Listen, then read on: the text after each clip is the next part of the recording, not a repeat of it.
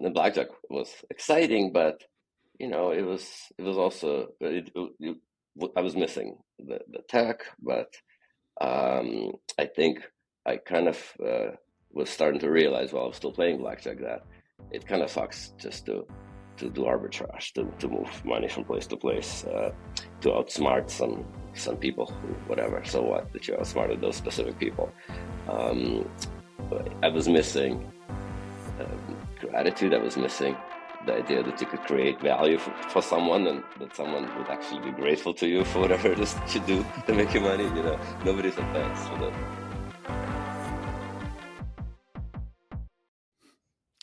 All right, welcome. We are here for another episode of Founderlicious, and I'm here with my co-host Max Feinhazich, as always. Hey everyone.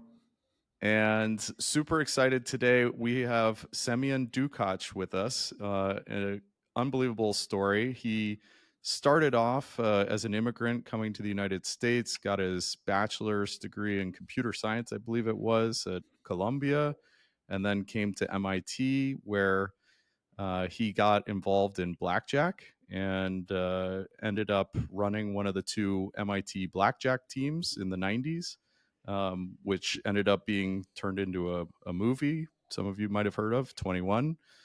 After that, he started a company. He was a founder of a company called Fast Engines, and I believe that was sold around 2000. And after that, he became an angel investor. And he's been an investor since that time, but he's also been doing a lot of things, operating companies and more, which I'm excited to talk about. He became the MD of the Techstars program in Boston in 2014, which is where Max and I first met Semyon.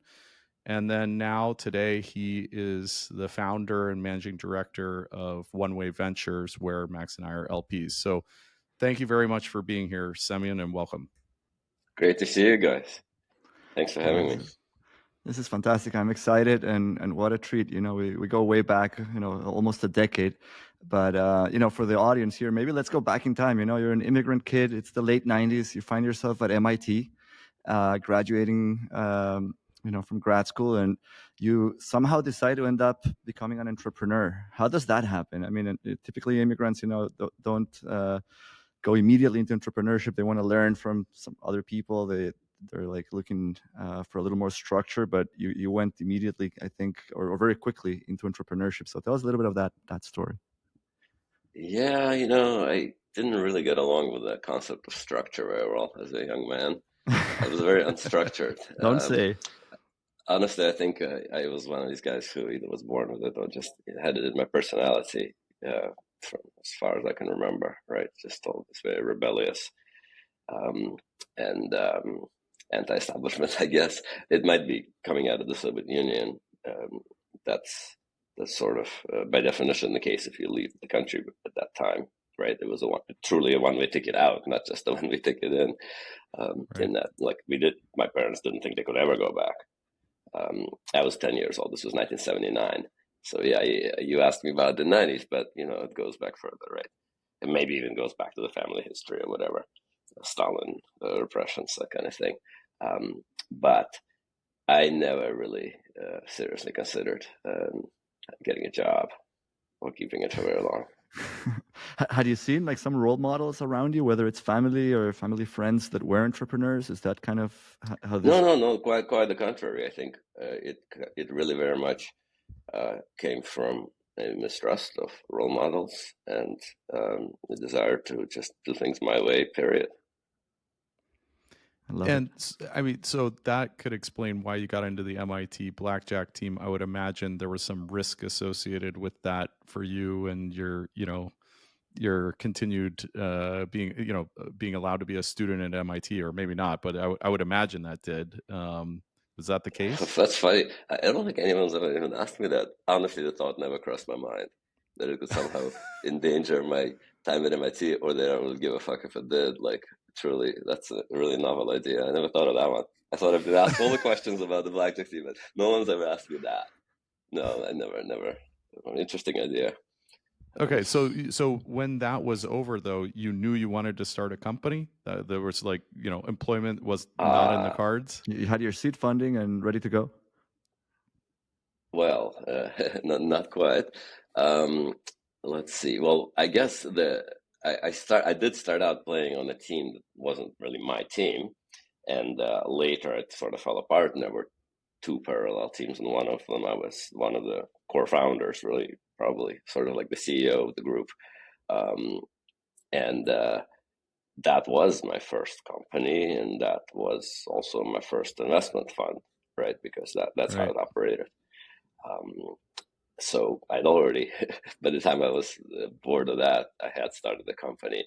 I think I, I did work at MIT on a PhD thesis that was published. That was really pretty much the very first way to move money on the internet, like sort of PayPal-like structure, but like very early. And there was no web yet, right? So the internet was universities and some R&D labs, and that's about it. And generally, the within the research environment that I was in, the conventional wisdom was that it was horrible to consider the possibility that business would ever be transacted. Like that would kill it. That would kill this beautiful thing everyone was building. You'd never wanted money mixed in. It was not a thing for buying and selling. It was a place to connect people or whatever, connect researchers, right? That sort of was the default. And I had wanted to do something more practical, like I actually went on this crazy trip around the world. I graduated early from Columbia to do that, so it was like 7 months of traveling Southeast Asia mostly, but a full circle. Backpack tent, sleeping inside of the road with my, I guess, first wife already at the time. I got married right going into that trip. And, that kind of probably increased my confidence further, and that people were generally nice enough and nothing terrible happened to me. And I don't know, probably broke some rules along the way there. And I think I was just a little bit less excited about writing code than I was as an undergrad when I really was really into it. And so at MIT, I wanted to do something practical, something connected to me, business or commerce, or money. Yep. And money Yep. was something I was very much interested in because we were pretty damn poor the whole time. My father had a job and had like a middle class life only for about 2 years out of the whatever it was 7 years between when we got here and when I went to college. And so I was pretty hungry for financial success, and because it also was the promise of like the freedom that I knew I absolutely needed, right? Mm-hmm. So that's what I worked on, and then I discovered the Blackjack team. It was something I read about before. I was very excited about it, and I started doing it already. And at the same time, I was told by my advisor at MIT that I needed to do a little more work on some of like background stuff, like fill it out a little. The core thing was great, but it required a little more. And I sort of wasn't super excited to do that. And I think she could tell that I wasn't. And right in the conversation said, but like, hey, if you want to just turn it into a master's, then it's beautiful as it is. It's more than enough. I'm like, yes. So that was my last day at MIT, and I just played blackjack almost full time and did some other random like real estate development that I was kind of hacking together with very little knowledge or preparation. But while that was all going on, this internet thing became mainstream, right? Big. And yeah. I think PayPal and other things did appear, and I kind of regretted missing out. So I was the real estate was pretty boring. I didn't want to spend my time like at Home Depot picking out the right dishwashers.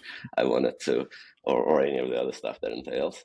And blackjack was exciting, but it was also I was missing the tech, but I think I kind of was starting to realize while I was still playing blackjack that it kind of sucks just to do arbitrage, to move money from place to place, to outsmart some people who, whatever, so what, that you outsmarted those specific people. I was missing gratitude. I was missing the idea that you could create value for someone, and that someone would actually be grateful to you for whatever it is that you do to make you money. Nobody said thanks for the blackjack winnings, and I think those are the reasons. Like I really wanted to. I kind of shut the blackjack down. Like people were still playing, and kind of weren't psyched that I, as like at the time the main leader, was leaving, but I did. I really stopped very quickly. I even stopped investing in it. I just said, like, I can't think about this anymore. I gotta focus on some new stuff. And before starting the company, I did work with some friends who had a startup that was growing really fast, helping them in a couple different roles. It was called Name.com, NAME. Wow. They should have done nice North American Media Engines. Oh yeah. So yeah, you looked it up. But I wanted to I ask also you, did just on that, just real quick. So you said, like you traveled the world, you were starting to think about maybe breaking some rules, and you talk about this lack of I don't know, like not being happy with the system, with the structures. But if you reframe everything that you're saying, and reading through your bio, there's like 100 mentions of like spin outs and thinking unorthodoxly about like how the companies are built and structured and how they can be put together. And even with this like name, North American Media Engines, I think that's where you spun out your own company from. Could you tell us a little bit more about that like way of thinking? Is it like not so much about like tell us about that framing, right? Like, how do you see the world differently, where like there's this set of rules that everybody thinks are like fixed, but if you look at it in this direction, you can actually do things that are creative and can generate a ton of value, which is what you're talking about. Honestly, it was like much later in life that I realized that sometimes conventional wisdom is worth defaulting to, and there's usually a good reason why everyone agrees on stuff. I actually thought by default I was the opposite. I was a smart aleck. I thought everyone was foolish, and I was emboldened by my immigration experience, where once you're outside the Soviet Union, it looks like it's just a nation of sheep and slaves and whatever. And honestly, Russia still looks that way to me today in a lot of ways. So I don't know. You said started thinking about breaking some rules. I never thought about breaking some rules. I occasionally noticed the rules, and I thought about like what the consequences would be, if the rules kicked my ass, and I tried to avoid those consequences. But like, I don't remember ever following a rule intentionally, unless there was like good reason to. No other. My default was always just ignore or break. Not even, I would say, yeah, later ignore it. As a young kid, probably default was not to ignore the rules, but to actually break them, which in a way, of course, makes you quite dependent on them, and it's not ideal either. And there's a lot of things wrong with me as a kid, like and probably a lot still today. But that is how it was. Well, I don't know. Yeah, I don't know if it's wrong with you. I mean, I think like that's a really good quality, right? If it's harnessed in the right way. That's what I was going to say. Maybe the irreverence gave you an edge. You're right. I mean, it's both, right? It has pluses and minuses, and the degree to which you channel it in a good direction, I think, actually, I'm pretty happy with for the most part, with how I've channeled it, right? Why didn't you stick with name? Like, it's growing pretty fast. You were part of that team. Oh, your friends from MIT. Oh, yeah. No, it wasn't my company. Like, I wasn't an owner there. Oh, no, okay. I think I did. I asked them to give me like an equal share in it, and it was already worth a lot. I think they were taking it public, and whatever, they laughed at that. And that was so they that. Had like $1,000 in revenue in the late 90s. You could go public. No, these guys had significant revenues. Yeah. Oh, they did. I don't know. Yeah, no, they had quite significant revenues. It was a services organization. They had all these banks as customers. I think they had a couple of hundred people. Like, it wasn't insignificant entirely. And remember, this is a hot space, and you can charge an arm and leg and have huge margins. And Wall Street didn't care what they paid for, like, if you could deliver smart hackers, in person in New York. Like, that was a lot. Yeah, they were like half in New York, half in Toronto. So I did think a little bit it's good, because I don't think it would have worked out for me at the time, especially if I was like a minority partner. Even if they gave me 10%, they weren't going to do that either, right? Oh, actually, a couple of times. No, I had a job once before. Like in the first summer at MIT before I started playing blackjack, I worked at Parametric, which is now PTC. Yeah, I huge think it was company. right after the IPO, and yeah, it took me like a month or so to clash with whatever the manager and Did your time. ask for like some 20x the equity that the role corresponded to, and I actually they had a couple hundred people under them too, and I walked into the same guy. Brick was the founder and CEO still, and I hadn't met him before. I walked in there, and I think he considered it. He considered my request. I didn't ask for a third of the company. It was for something, I don't know, I forget, like just a lot more stock options and money, but I think mostly stock options. And he was like, well, what the hell do you want? What are you after here? And I was like, well, I want to learn all this interesting technologies. And I was still like coming out of school and like build some cool stuff. And he's just, get the fuck out of here. He kicked me out of the office, get security, take my stuff away. Like, yeah. Was he right or wrong? Oh, he was absolutely right. Yeah, none do that. But he was also right that like, it's not the right method. Like, you don't want to give someone a bunch more equity if they're after learn. like learning cool stuff. They should probably stick with grad school, right? Yeah. I didn't know what I wanted yet, and I didn't know what I wanted from them, and it just wasn't a fit. And I've had a few other times in my life where I wanted to do something that was going to be a terrible fit, and like I barely wasn't like picked for doing it, and thank God, right? Like it was such a like very quickly later you realize, oh man. And actually, that includes raising rounds from VCs sometimes. Like generally speaking, if they don't want you, you don't want them. Like it's a myth that you really want someone. If they don't want you, right? It's probably just not a fit. Yeah. So I mean, it's coming through loud and clear, this irreverence, right? And not liking the system or figuring out ways to work the system. Well, and also you are asking me about my youth, like, right? Like I don't want to say that yes. I Okay, well, I necessarily was gonna, have those views today. Yeah. Well, yeah. So that's what I was gonna ask, like connecting to today, but not just today. I mean, you've been on boards for more than 20 years, right? Where Yeah. as a board member, that's a different kind of setup. How have those two things kind of lived together? Has it been something that you just kind of bottle up and you put to the side, or does it come through as a board member and it I don't helps the know. company? Yeah. Sometimes I struggle with boards. I guess it's been like 30 years since I've been on boards. Wow. But I've tried not to get on too many of them. I'm on more now than ever before. Every once in a while they're great, but sometimes they're surprisingly unbearable for me. I just can't do it still. I don't know. Yeah. Okay. Anyway, I don't think I ever answered your question about the spin-off. Oh, right. Well, so I did work with name guys and did a little bit of like freelancing for them, like coming in for whatever it was, a couple of $1,000s a day, which was a lot of money in 90, whatever, 6.5. Yeah. Thank you. Yeah. But and then the spin-off, right, I wasn't going to stay with them because I wasn't going to have ownership, and again, it probably wouldn't have worked.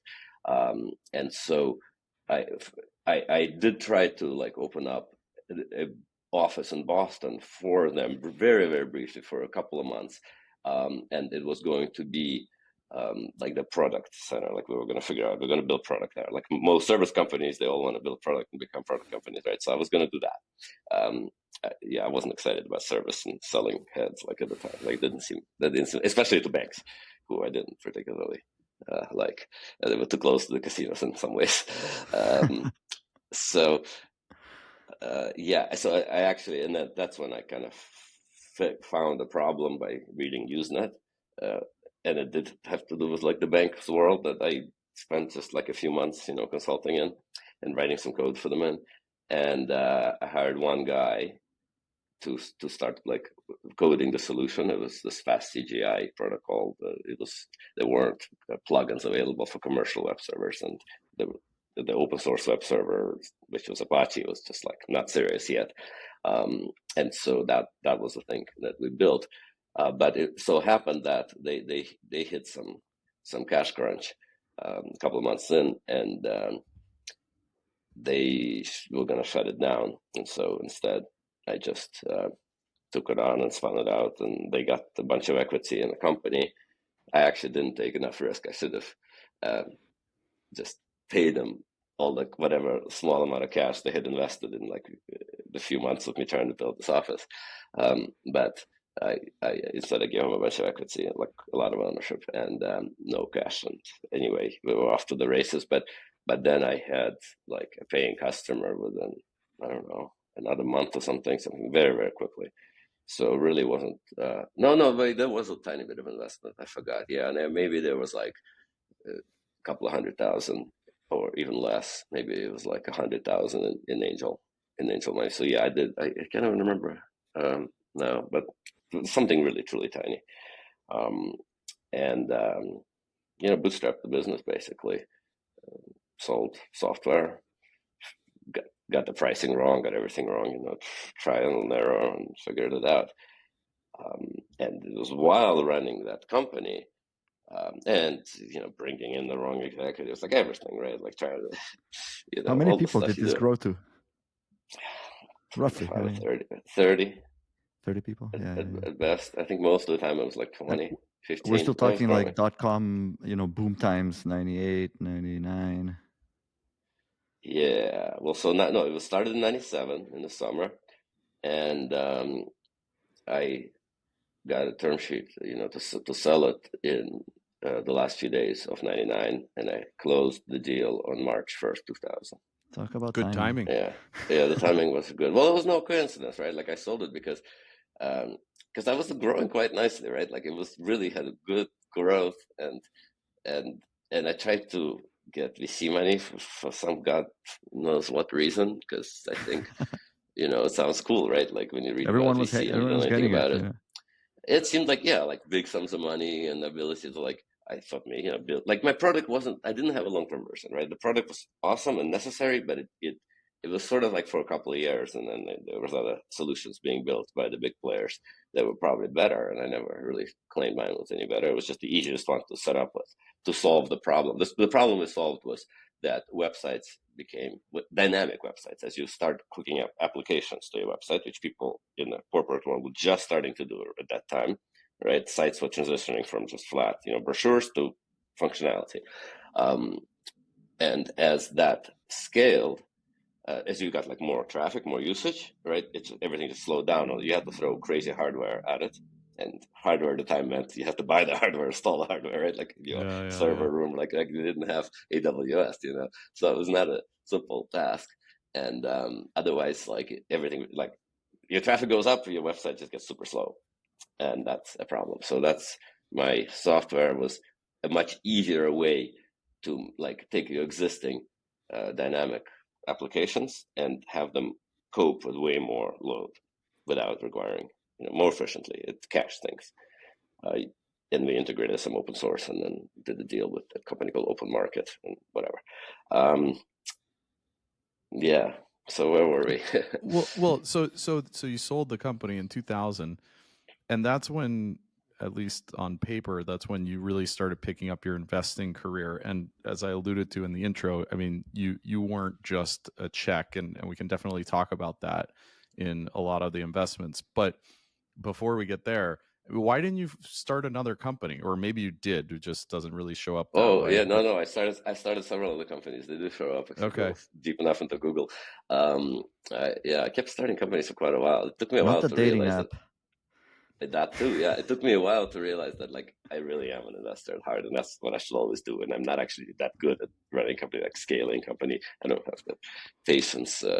It's not. I don't like managing a lot of people. It's not for me. And the startups that I did have, none of them had that big vision. Every time I had a company, I was thinking about my next company, or when people ask me at a party, "What do you do?" I have this company, but actually, I don't know. The next thing is I never wanted better. to talk about it. I was never that excited about it, other than for it to grow and generate profit. And Fast Engines did but then. I think two more things I think I should say about it to segue to where you're going. which is my investing. One is that I started going to this CEO group run by the Cambridge Business Development Center. It's a little nonprofit in Central Square, and you sit around with a bunch of old guys, just like VMS, or something like that. And they give free advice, they mentor, right? And the CEOs have their conversations. And that was incredibly helpful. Like that was like one structure that I did really have a lot of respect for right away. And when I exited, they actually asked me to be a mentor, which was weird because like the other mentors were literally all over 80, right? But the founders are generally very young. Like this wasn't quite Techstars. It was just kind of a cheesy, poorly organized attempt to do something like this, but it was still like incredibly valuable. And 90% of the value was from the peers, and occasionally from the mentors, of course, too. But some of the mentors wanted something, right? Like they weren't necessarily the great mentors that we later filtered for, always. But the peers generally were great, to my surprise. And that's when I wrote that's when I wrote the first bunch of angel checks. The very first angel check was one of the customers of SMTP who came over to, and like, mind if I use your office? I'm a customer. And that eventually ended up being a company called SMTP.com, which I took public many years later and ended up owning, and through a long, convoluted series of transactions that we don't have to go into. And anyway, and yeah, the other thing was just like Fast Engines was kind of practical, and then I could see these huge valuations, all this stuff was happening around me. Akamai was doing something nominally quite similar, like basically improving the performance of the static pages as the load increased, like in a very scalable way. And it was crazy times, right? Like they had like less than $1 million in revenue, and on the day they went public, the valuation market cap shot up to $30 billion. And like, okay, like this is so I actually kind of caved, and I failed at raising VC. Like I've talked to a few of the old Boston funds, and like they didn't invest. But why not? Why didn't they invest? I think it's because I didn't really have like a great vision of the future. Maybe they could tell like the truth, which is I'm not a great founder. I wouldn't invest now. I wouldn't even take the meeting, honestly. But I might take the meeting because it'd be amusing. But myself as a younger guy, but I wouldn't have invested for sure. But then I kind of, when too many of these things happened, and I knew people, like these were like in the same community around MIT. I mean, I was still kind of involved in besides Blackjack and various random things, like, I don't know, ballroom dance club or whatever, like MIT stuff. And I just kind of said, you know what, enough of this. And I kind of turned to one of my people and like, let's just do a press release and say that we are kind of like, let's say we became a partner of Akamai, and it was superficial or whatever. I didn't even talk to the people who I knew who worked there. Like we just did some, fill out a form and be some kind of distribution partner or whatever. But we just, wordsmith the press release really, really carefully. And so then it's like VCs call you, term sheets on the table, crazy valuations, and take a couple of million personally, like secondary, like all that I got. And it was from TA, who was just like a PE firm. And they're like, we'll make an exception and we'll do the smaller VC thing because this is so exciting, But like, I also got the inbound acquisition interest offer at the same time. And I ended up just signing, that instead of the term sheet. Got it. Okay. So you started investing. You brought up the SMTP story. That you mentioned, it's a bunch of convoluted transactions. We don't have to get into all of them, but what we were wondering about is what made you kind of follow that path. So just, high level, you kind of, that started as an investment. You ended up operating there. You ended up doing a bunch of little tiny M&A things, 5 million or something like that, taking this thing public. I don't know what the right term is, over the counter or something like that, with a very, very, like, what was the valuation when you took it public? It was small, right? Yeah. So I guess the first question is, how did I come to own 100% of it instead of the 1% that I had from my angel check? Yeah, many questions. It's just like, it's super unusual the way you did that company. I had made by far my largest angel investment into a company called AccuRef, where the CEO, Damon Poole, was in that CEO group with me. And that's why, I knew him, and that's why I invested much more than usual. And I took a lot. And basically, I took a full-time, unpaid CEO job. I became the CEO of the company. There were two equal co-founders, and I became the CEO. And for that deal between being the CEO and investing, I think it was, I want to say 150,000. I'm not certain. It is But 150. to me, Yeah. my check was like 25 at the time. So this was a big check. And this was right after I sold. I sold and very quickly left Adara before they even had a chance to go bankrupt. Anyway, I leaned into that one, and so and I had basically got like a third of that company before some dilution and whatnot, and it was growing, but it really needed more funding, and I tried to raise money for it, and then 9/11 happened, and it became very, very difficult, if not impossible, to raise money for that company in the moment.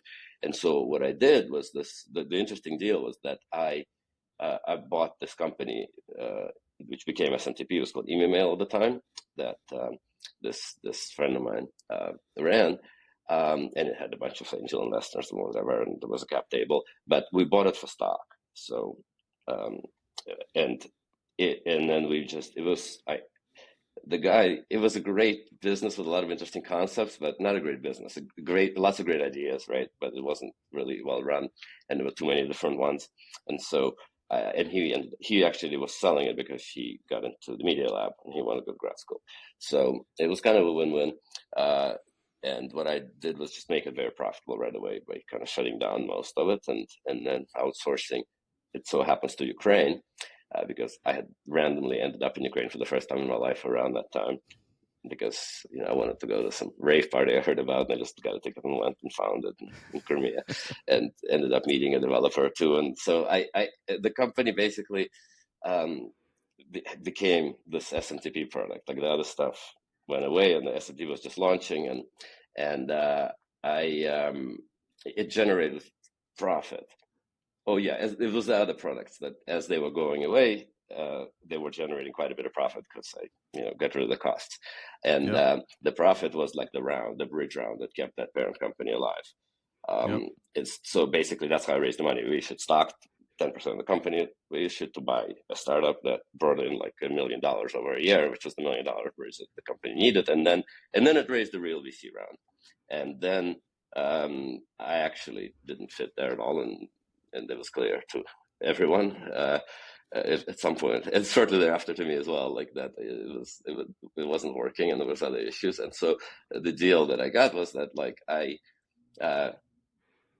gave up my equity in this company, which at that point was still like 10 or 15%, in exchange for 100% of this, basically unrolling the acquisition. I returned the equity that they paid for the company. I did the acquisition. The acquisition made no sense strategically, right? Like people are like VCs who are coming in now, like, why did you buy this company? It's completely unrelated. And I'm like, yeah, of course. This is our bridge round. What are you talking about? We bought a company to fund it. Yeah, where were you when they needed the bridge, right? Where were you at, like in October of 2001? Right? Not writing checks, that's for sure. And so it all worked out. Like I left. I kept only a little bit of a small stake, which eventually they sold, and it was fine. I made some money there too, but I ended up with the whole thing. And then the SMTP product just like grew, and I kept like playing with it a little. Like I didn't want to run the business. It wasn't like my company. It was kind of an investment that I ended up with, but I tried to keep it profitable. Like it basically was generating profits from tiny revenues, and just very gradually grew to about 6 million, and half of that pure cash that was coming to me as a solo owner. And I wasn't interested in the business. I just like sending emails, SMTP. It just wasn't interesting. Like the marketing, but I kind of why played were it. you? Why? So sorry to pause you there, but why were you doing it? So that you've got the most convoluted way of building a company I think I've ever heard of in my life. Like, hey, we're just going to go buy this company, fund this thing, and I'll cut the costs, and like I'm going to be over at a rave in Ukraine. Like, I don't even think you needed to be doing any of this. It's super simple. It's very simple. If I didn't do it, that company, AccuRef, was the name of it, it's a version control software, it would have died. It had payroll to make. There was no money available. We couldn't raise. Like nobody could raise. It was, it was panic time. Yeah. And this was your I CEO did group, it right? It was because your I buddy. found a way. I found a way to survive. That was my way. I saw Right. when I knew this guy was disinterested in his business and wanted to go to grad school, and I saw how inefficient it was. I saw an immediate cash flow opportunity, and I knew it could actually close my payroll gap. Right. Simple as that. And then why did I take it? Because like it was the best deal. It was just deal making, and it was like a win-win because they didn't want it, and I saw the value there. But the value that I saw was just cash and maybe some growth, but I didn't think it would grow like super large. I tried to like build up a management team. I tried putting CEOs into it, and it did grow, but 6 million is about where it topped off. And I mean, even to get there, you have to have a cool like landing page product. Solve some real problem. Had all that. But it wasn't like strategic, right? Talk to us about the So public why did I take it part of public? it. Yeah. What's that? Tell us about the public I listing. I took it public because I was bored. I wanted to try public market shit. Like I was like, I hadn't yet realized like just how exciting. I was writing angel checks, and I started a couple other companies I haven't told you about yet. But I was not quite at this point when I realized that like the angel checks was the exciting thing that I could really lean into. Like I came to that shortly thereafter, I think. But at that moment, I was still like, I don't know, looking for a various situation. I thought maybe, I'd take it public and it'd be profitable paying dividends, microcap paying dividends. That's an interesting story. It could be like Berkshire Hathaway, buy a bunch of other companies and become, something else. I don't know, something like that was probably in the back of my mind. I put together a board of like random people I knew who had just enough of the right experience to pull it off. But it was just we listed it like so. Yeah, I think it was actually in Quora. Like I think I have the record for highest ownership. I owned 96% after the IPO, so I sold 4%, and the valuation was 4 million. It was like a nominal 4 million. It was like a little less than the revenues, and it was just because you needed to have 100 shareholders. And so I sold, each person put in $1,000. I found 100 friends. That's all it was. It was, and it was below. It was obviously like less than what it was worth. It was probably not much less. I mean, it was a quarter of what it was worth. It wasn't like a tiny fraction. But yeah, I want, but I basically didn't use a bank. Didn't want to raise money except for this nominal amount, which was. And I went through I Googled around, I found some provider that teaches people how to do this. And I did some references, and people sort of said, yeah, he'll deliver, he'll do what he says, but like, don't do it, because what's the point? And I didn't want to hear any of that. Yeah, so we filed the stuff in the SEC. They were pretty reasonable. I was very surprised. They were like, government regulators were reasonable. They asked me like, why you raise this? It doesn't seem right. Like you're raising 100,000, your direct like accounting expenses is 100,000. Like why are you doing it? And I told them, I'm doing it because I'm a public person and it's my right to do it. Like I'm doing it because I want to do it. And they totally got it. They're like, oh yeah, you're right. It's totally right. Go ahead, take it public. And a bunch of a lot of little things. Well, yeah, so that's it. I took it public because I felt like it and I wanted to learn about the world of public markets. And, it then trades on the bulletin board and you can see it in your like, whatever, online Yahoo stocks and whatnot. But nobody really buys the stock. Like, it doesn't actually trade. There's like no volume. There's no opportunity for liquidity or anything like that. The price can go super high because there's like no one selling or buying, or it can go super low. It's kind of useless and random. And so, yeah, I didn't do much, and I tried various things to make it actually be interesting, and it took me a while to figure out how to do that, and yes, multiple attempts. It wasn't most of them didn't work. Sketchy, micro stock promoting companies and whatnot, and eventually I did figure out how to really take it public, and I got like a mid-tier or maybe a lower tier bank, and we raised $10 million and moved it to the NASDAQ. and then it became public. Like it was the uplisting. I don't really count the first part as being public. And at that point, we bought 2 companies very shortly thereafter. I had a new CEO. I put in. I wasn't running it. Like I didn't. There was a committee of managers running it, and then I had this one CEO. He wasn't the right guy. Hired a different CEO, and when it was already public, but not yet on the NASDAQ. And then with him, he had some bigger vision around that space about acquisitions, and so we were able to, and we listed it, that real IPO where we raised at least 10 million, micro IPO, but a real one.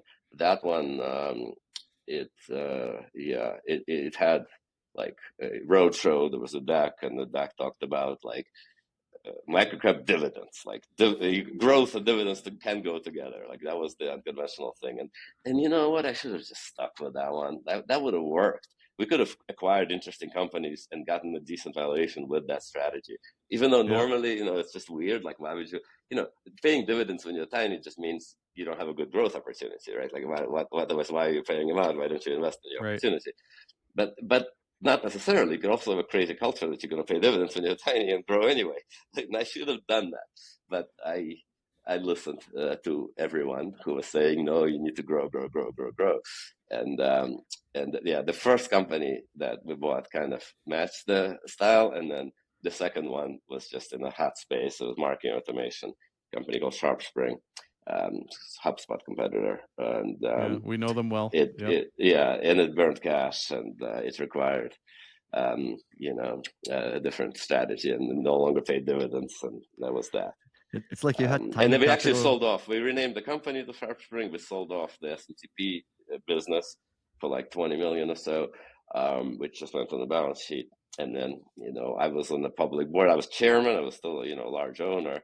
But no longer, huge large. It was like 20% or something, 25, and eventually, kept going down. And I clashed with the founder of SharpSpring, who was a very aggressive CEO, and made the mistake of like both clashing with him and not actually like taking the step to fire him.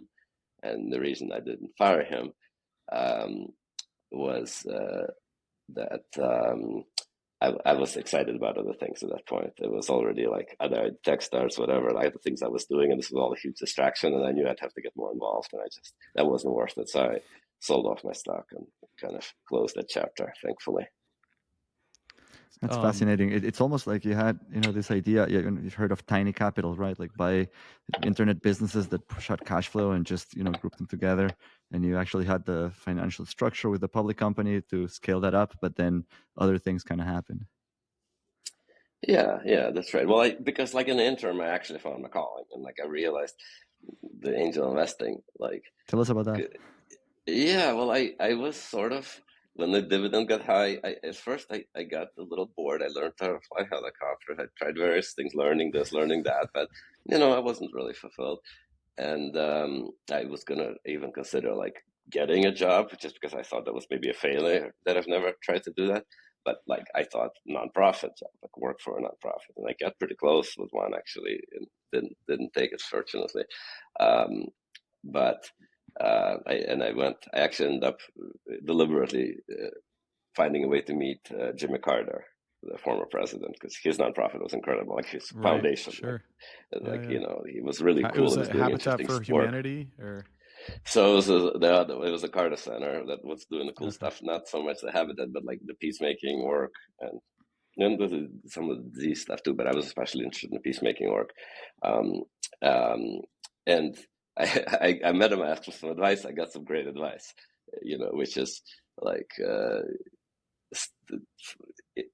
you're gonna have to like focus on some time, one little area, network a lot, get to know everyone. Like you can't be grandiose in these ideas, and it actually helped me figure out that I don't need to do nonprofit stuff full time. I don't need to radically change my life and do all that. What I need to do is just be a little more, philanthropic in what I'm good at and what I like doing, and try, keep investing. I was good at the angel investing. It was working. Like I had other good outcomes, right? I'd recycled already the capital, and I was with this SMTP thing, especially I was averaging like 35% a year, still like over the very long term, and on tiny checks, but like it was enough for me. I didn't have a crazy lifestyle or anything. But yeah, I just realized all I have to do is, be a better mentor, try to be more giving, and not try to worry a little less about how much money I'm going to make in each transaction. Just intent, because default for me, like natural, I was always optimizing, good at that, like opportunity seeking, arbitrage kind of thing. Like I am good at it still. Like that's a strength, right? And so I just tried to kind of force myself to try to be to lean into that more, and maybe not invest if I didn't want to spend time with the person, didn't think I could help them in any way. And then it got exciting, because then it's the better deal flow, reputation, all that follows you, right? And then the Techstars folks, I was very surprised when they asked me to take over that program. It was a cool program, and I felt like I was a privilege just to come in as a mentor and meet the founders, and I to get a chance to like invest in the fund that was running the Boston program. It was kind of like a franchise at that time. It was like almost like a separate fund.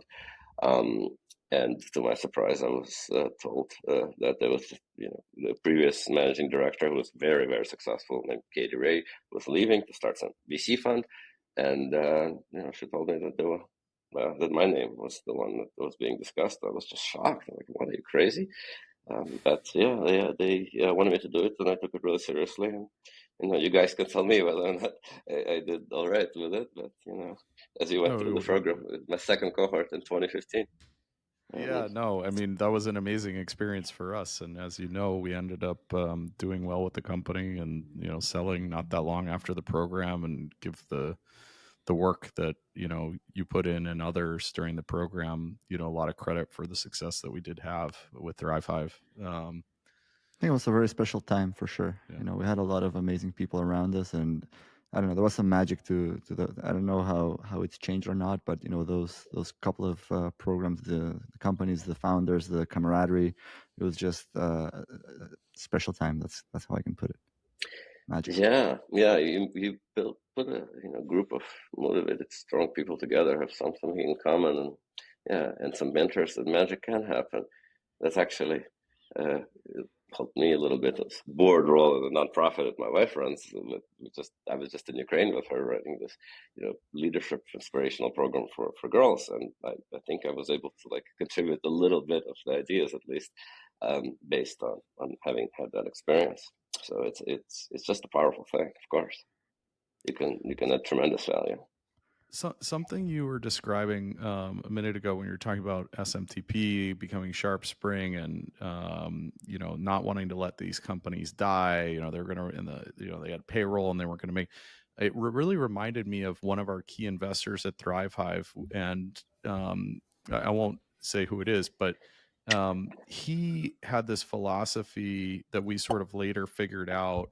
I don't know that he would describe it this way, but the way Max and I saw it was that he sort of has this philosophy is, as long as I'm staying in the game, as long as I can keep these companies alive, then your chances of having a good outcome go up. And obviously not throwing good money after bad, but he plays these long games, and similar to the story that you just told of this like really convoluted, okay, then we merged here, and then we, and then we did this, and then we turned profitable to fund ourselves. And then, these not linear trajectories, and he's had a lot of success with that. It sounds like you have too. Is that a deliberate philosophy that you had or still have today, or is that, or do you think about it differently? I don't know, man. I think it's just the default. Like, if something is yours, you got to find a way to survive. Like, as you know, I now run. But not every founder's like that. But not every founder's like that. A lot of founders would just like cut. Hey, I'm out. Cut the losses. Yeah, of course. And those, yeah. I mean, who wants to invest in us? And like one of the main reasons why my fund today specifically only invests in immigrants founders, right, is that in general they tend to be the kind of people who aren't going to give up very easily, aren't going to have soft, easy alternatives. They when they bought the one-way ticket, like that, they can't really go back and tell people in the immediate circle, yeah, you were right. Like, there's nothing for me over there. I belong with you guys. They can't. That's not an option. You simply cannot do that, right? Like, you have to make it, and you don't know how it works, and you got to sort it out. And so, I guess I was young, but I was, at least from a family of immigrants. Maybe that's the reason why, like, just giving up, like, I'll walk away, but I want to quit. I'm not going to give up because things are hard. Like, it's just what he's talking about. You find the freaking way. That's the grit. You just do whatever. You keep brainstorming until you figure it out. Yep. Semyon, for those in the audience who might not know One Way, do you want to just give us a quick, like, what's the fun, the inspiration, what you guys are doing? Yeah. Well, I think I just did, actually. It's a venture capital fund that I founded, and I'm one of the core partners in today, that backs exceptional immigrant founders. We invest at the seed stage in tech companies, scalable, potentially large, like venture scale tech businesses that are started by immigrants for some of these reasons. And we are immigrants, like the founders all started by immigrants, and we've grown, like it works. After I left Techstars, I raised a $28 million first fund, and then, as you guys know very well, in 2000, late 2000, that one I had several strong partners. I had one early partner that didn't work out, but like since like the first 2 years, I've had just like an incredible partners that I finally have the privilege of working with, right? Like the right team is everything, as you know, since you guys are still together. Like the right team is like worth more than anything else. And so I have that now. And yeah, with them, we raised a $57 million fund two that we've been investing out of. And we'll be out there raising fund three soon. Yeah, seed stage investors at all kinds of value have a lot of limited partners who are entrepreneurs, which you also are aware of, who sometimes like to help out our companies. And I think I just, right before this call, I ran the portfolio company CEO group. Same idea, right? Like we did Techstars, like the development center in Cambridge. But it's glued together a tiny bit more because people have that experience in common, right? Like they have that, and they sort of sometimes expand their identity a bit, and not just as a person from this country who happens to live in America, right? But part of this group of people in general from anywhere who moved to America that they have more in common with than either with the Americans or the people in the country they came from. The people who did that, who made that leap into their own entrepreneurial whatever success, right? And Professor Roberts at MIT, who we both knew, one of the things he I guess coined at some point was that like it was your first startup. It's fundamentally an entrepreneurial experience, and therefore like an immigrant starting a company is a serial entrepreneur starting a second company. Right. She's starting her second company, right? And I think it's really true. So that's what we do. And then, we have all kinds of other folks, like successful, whatever, unicorn founders who've signed up to help these companies because it's a cool vision. We just believe that people should have equal opportunity, not dependent on like the circumstances of how they were born. Like, right? Like where you're born is no different than what the color of skin is. Like it shouldn't determine things you could potentially do. And so why does it matter that you have a passport of some country? Who cares? Like you should be able to go anywhere you like and, work, create, build business, obviously, and come in peace and not screw things up, right? Not necessarily demand services either. I'm not a fan of like giving services to immigrants at the cost of the citizens, particularly. I think that should be on a donation basis mostly. But, this idea that like they're illegal, that we shouldn't let them in, that like they'll take the jobs. Like, I just think it's nonsense. Like, and I'm asked sometimes by the press, like, isn't it great that they're giving more H-1Bs to highly educated engineers? Like they can create so many jobs of value. And I always respond like what the hell gave you the right to ask the question of like how much value these people will bring, how much money they'll make, how much they'll increase the economy of your country? What businesses are yours? Like they have a right to come here because it's their right to just like, you should be thankful. Like you should just say thank you regardless. Like, and also like if America is based on this ideas, like, that's what I love about America. It's the ideas that make it so special, right? It's not like the ethnic group, like where it's a diverse group. It's not anything else. It's just ideas. And the core idea to me is this like people are created equal, right? Like it was in the Declaration of Independence, right? And everyone. So So you either believe in those things, or it's either all nonsense or it's real. If it's real, then yeah, how could you can certainly have security reasons at the border, right? You can obviously like not let people in, it could be dangerous, but beyond that, it doesn't matter, right? Like you can't. It's just wrong to stop them. So anyway, some of that philosophy, I don't know if everyone around our fund fully believes in all that, but I think a big part of it, yes. They certainly believe that immigrants are awesome, and that we are the immigrant like tribe in a sense. I think that's very real for everyone. And I think to the degree, it basically it helps us generate higher returns. It helps us get better deal flow and add more value and bring more people in and whatnot, and have a better marketing brand. People remember us. It's a good focus for a VC fund, and of course we have other things we do too, like particular verticals we know more about or whatnot. There's a lot more to it than that, of course. But to the degree that it helps us win deals that are competitive sometimes with other funds. Of course, we have to add, like I said, other kinds of value too. But it does help us, and I believe we're not like a impact metric mission fund that's like designed to do some particular side effect. We are very much optimizing for value creation to our investors. But the immigrant focus helps us work harder and bring everyone in and deliver more value.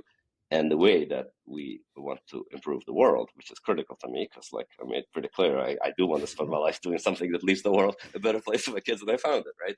The way I know one way will improve the world is that long after I'm gone, and it's like a successful, well-known, respected brand in venture, the very existence of it, the fact that it got to be that by investing in immigrants will influence the narrative. It'll draw attention to the fact that, like these immigrants maybe are a little bit more likely to like create Tesla and Google than to eat your dogs and cats, right? Like it's just gonna drive the point home. And it may be, an indirect effect, but I do believe that it is my biggest single opportunity in life to, impact the world, like, because, it is scalable.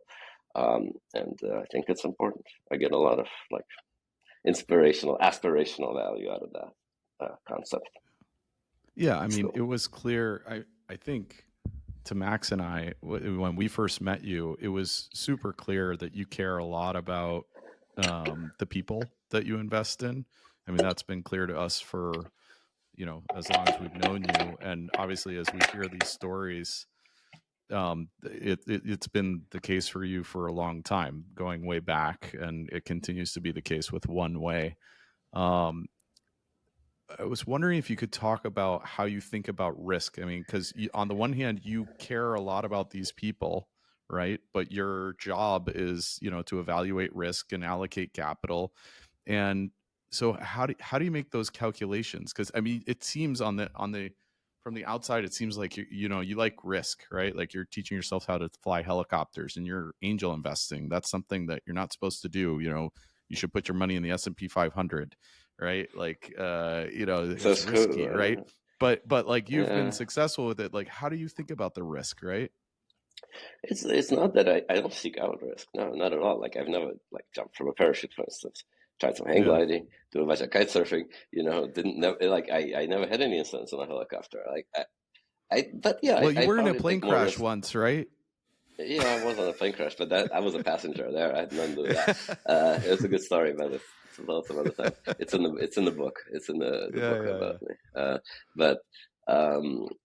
It's not that I like risk. It's that probably from like I have maybe a little bit less fear of it because I'm generally like kind of I don't suffer from a lot of fear, right? I just naturally I'm not generally scared of too much. Blackjack taught me to be quantitative about evaluating risk and to like make your own independent evaluation, because that's how it works. Like we have to measure, how much to bet. In each hand you have an advantage, but depending on how big it is and how big your bankroll is, there's like some math there that determines like the optimal amount to bet. And if you bet too much more than that, you're going to actually run out of money entirely, even though you have a positive expectation, because the random walk is going to hit zero at some point. And this applies to like many decisions that people don't realize. Like they think it's just like a subjective thing how I feel, but actually there's like a solution. There's like an exact number that is right.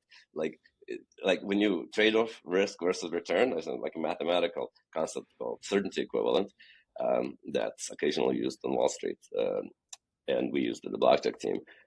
That basically calculates, right, like the risk adjusted equivalent of a particular risky value proposition, and it's like a precise number. It is a single answer, right? You it's can not know a range. it. Yeah. So like there's a cost. So obviously it's not at all perfect, but just knowing that there is an answer forces you to try to be as quantitative as you can in estimating that answer. And so I never take it at face value that something is super risky, because I think the perception of risk is driven by like media coverage and whatnot, right? And just sensationalism, and people are not like generally very rational most of the time, right? Almost never, I would argue, on an individual basis, right? I once heard Steven Pinker say, who's actually advising this nonprofit that I mentioned earlier, that it's only like individuals are basically fundamentally not really capable of being rational. They just rationalize, they convince themselves they're being rational in retrospect, but collectively, as part of institutions, we can be tremendously rational.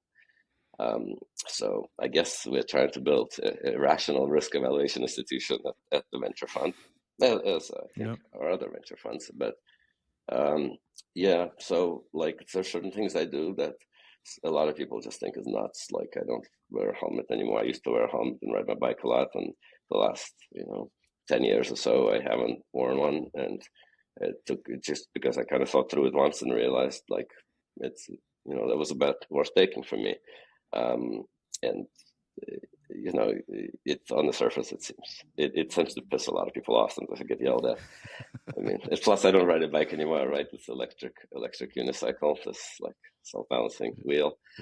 And people just think it's nuts that I ride it without a helmet. But I think I'm actually reasonably cautious. I do take more risks than a lot of people, right? But not nearly but as it's much. It's a calculated risk. risk. It's more calculated. I take way less risk than it seems, right? If I took as much risk as it seemed, I would have long been dead. I made it to 55, so probably right. That's fantastic. I've been reading this book, Thinking in Bets, and I think what you're saying is that a lot of people have the emotional response of what you're saying, right? You rationalize like, oh, this guy's crazy riding this thing at however many miles an hour without a helmet. But when you actually run the numbers, you're making a calculated bet that it's the risk you're willing to take, and it's just a different part of your brain that you're using. It's not that obvious. It's not actually that significant. It depends but anyways, on the situation. Let's switching gears and maybe picking on that thread.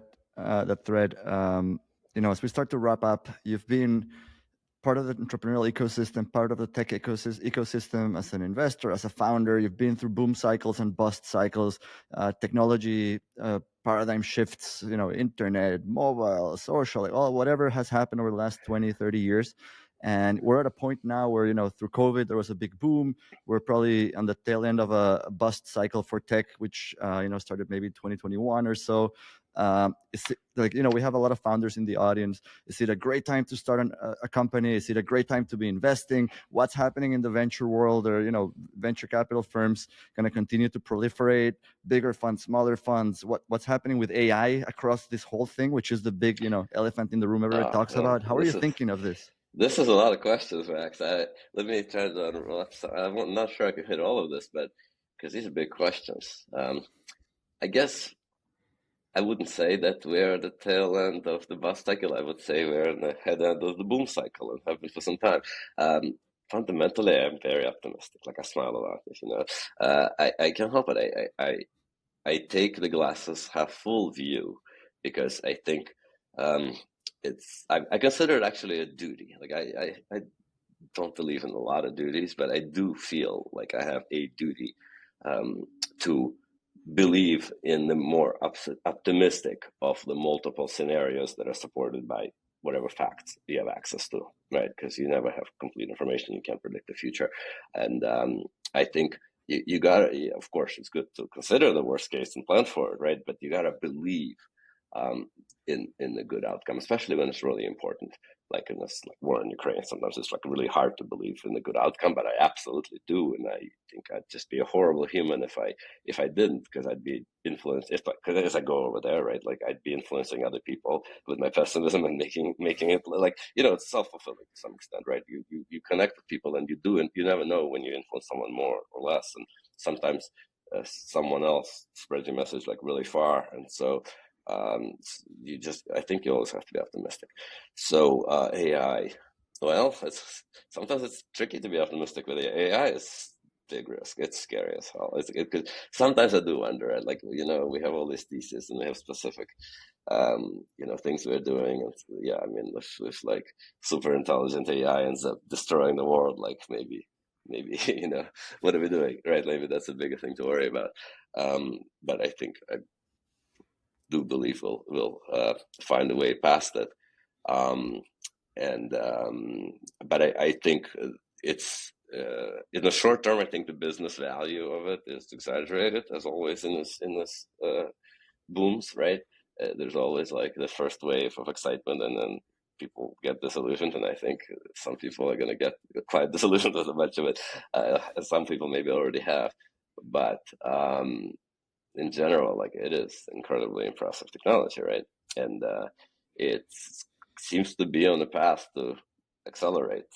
And I don't know if it's going to like wake up and kill us all, but I think it's quite possible that it's going to get so good that that people who have access to it can just dominate and win everything from other people who don't, right? And so in that sense, I think it's quite likely that that would be the case. And who knows, like, how that, you know, it's a lot of it been written recently and talked about on the subject, but it's very interesting, and we try to think about it. I've invested a lot in AI companies, we've done well with some of them, and we continue to do so. Most recent investment was in a company doing like AI videos, and all kinds of implications there. So I don't know, but yeah, there are some big risks to the world besides the ones that people always worry about, you know. And you know, some of them we get sick of worrying and forget that they're still big and they're still there. Like nuclear war is like a real risk, and it's big and it's there, and you know, we need to probably worry a little more about it. And then we can be optimistic and we'll avoid it, but only by worrying a little more about it. And AI might be like that as well. You know, some people seem like crazy religious lunatics when they talk about, oh my God, AI danger, let's bomb the data centers. Like Elizabeth Koski said, that was silly. Let's not bomb the data centers just yet. But, you know, let's be a little bit cautious, I guess. Maybe even, God forbid, I hate saying this, but like some regulation might be warranted. Yeah, Oh, look at I think that. some regulation is Semyon. warranted. From Semyon, that means something. Well, I mean, like I said, like my views have evolved over the years as you have your kids, right? You watch them grow up. I mean, yeah, there's some value to the default kind of common public knowledge position that tends to be more right than wrong on average. Let me ask a more punctual question. Let's say that, you know, you are that kid that you were in the late 90s, graduating MIT today. Like, would you go start a company? Would you go join a big company? Would you go join a venture capital firm? What would you be doing? No, I mean, I'd start a company. I wouldn't join anything. Like, I wouldn't join a big company. How could I possibly join a big? What would I do with a big company? I wouldn't be very good at it. I would just fail. Like, how could I work? I don't know. I couldn't work for a company. I mean, what I would do is start a company that's like more strategic, longer term, with better co-founders, with more co-founders, have mentors, actually ask for help, not be so cocky, right? Like, I would do all that stuff differently, but I would not consider joining a company, or especially So you don't think that No. big companies right now have a huge advantage because of installed infrastructure, customer base, data, They always have a huge advantage for various reasons, scale or whatnot, or like many regulatory, right, capture.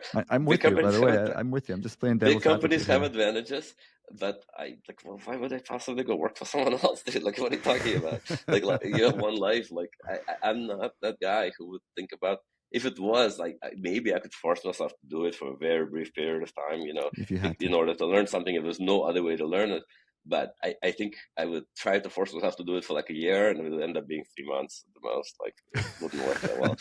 And then you would spin I something think, out. yeah, I would start something. I would definitely start, but I wouldn't start something quite so, opportunistic and short-sighted as most of the stuff I started. I would try to invest a little more, and I would take it like it's a. Yeah. On the other hand, maybe the wise thing to do would be not to start a company, because, like, I know that I want to be an investor. I guess you can't just start a VC fund or be an angel when you don't have any money. So I would have to start a company. Maybe I did everything right. Maybe starting a quick opportunistic company, making just a little bit of money, enough to become an angel. Enough to Yeah, I think I'd catapult. just do it again. I'd just do the same damn thing again. I think I like the Well, way you it wouldn't came have out. the patience I to do don't this think long-term thing you're saying. I don't think I That's would what do somebody anything else should do. differently if I was to start. Well, I mean, but I don't know. Like, one-way ventures is a long-term thing. Like, I'm 7 years in, I have like zero doubt that it's my last job, right? Like, and maybe, yeah. I mean, I think I want to run a VC fund. Maybe conceivably it could have been a company with some very big vision. I mean, but yeah. So sure, it could have maybe been, if I had got the right team together and had the right vision. It could have been a company, and not, if I was like a co-founder of Google, literally a co-founder, right? Like an equal co-founder. I think that I would have been very happy with that. But I think if it was like most companies that didn't get quite so like diversified, like you could do a lot of Google, right? Like, and look, Sergey Brin left and came back, and now he is like full time again because he's tinkering with AI, and it's really interesting. So in that sense, maybe, who knows? And when they didn't know how to manage people, they brought in a CEO who did, and then later they learned, or Larry Page learned. So there may be other paths, but working for a VC fund in a junior role definitely wouldn't work for me at all, especially as a young guy. But running one as a partner, I really like so far. I enjoy it. I really enjoy it. That's awesome. Well, we want to be respectful of your time, Semyon. This has been great. I love hearing your stories. I think they're super valuable lessons for founders. Really appreciate you taking the time. Thanks. Well, it's a pleasure, guys. And this is great questions. And yeah, we'll do it again sometime, or whatever. Absolutely. I hope to see you soon, next month, maybe. All right. Absolutely. Yeah, it's great to see you, Semyon. Thank you so much for the time. Thanks.